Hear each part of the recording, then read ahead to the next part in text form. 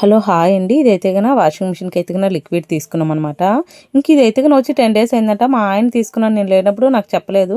ఇంక సరేలే ఎప్పుడు నేను 1 లీటర్ ఉన్నట్లు బుక్ చేస్తాను, ఈసారి కూడా అలానే చేశాను అనమాట. కొన్ని ఎక్కువ బెడ్షీట్లు మొత్తం వేసేసాను, కటన్లు అట్లంతా.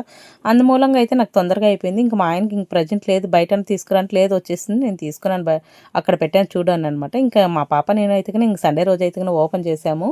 ఇంకైతే గన ఇద్దరం అయితే గొడవ పడతాము, నేను ఫస్ట్ చేస్తాను. ఇంక ఈ రోజు అయితే మా పాపకి ఇచ్చేసాను.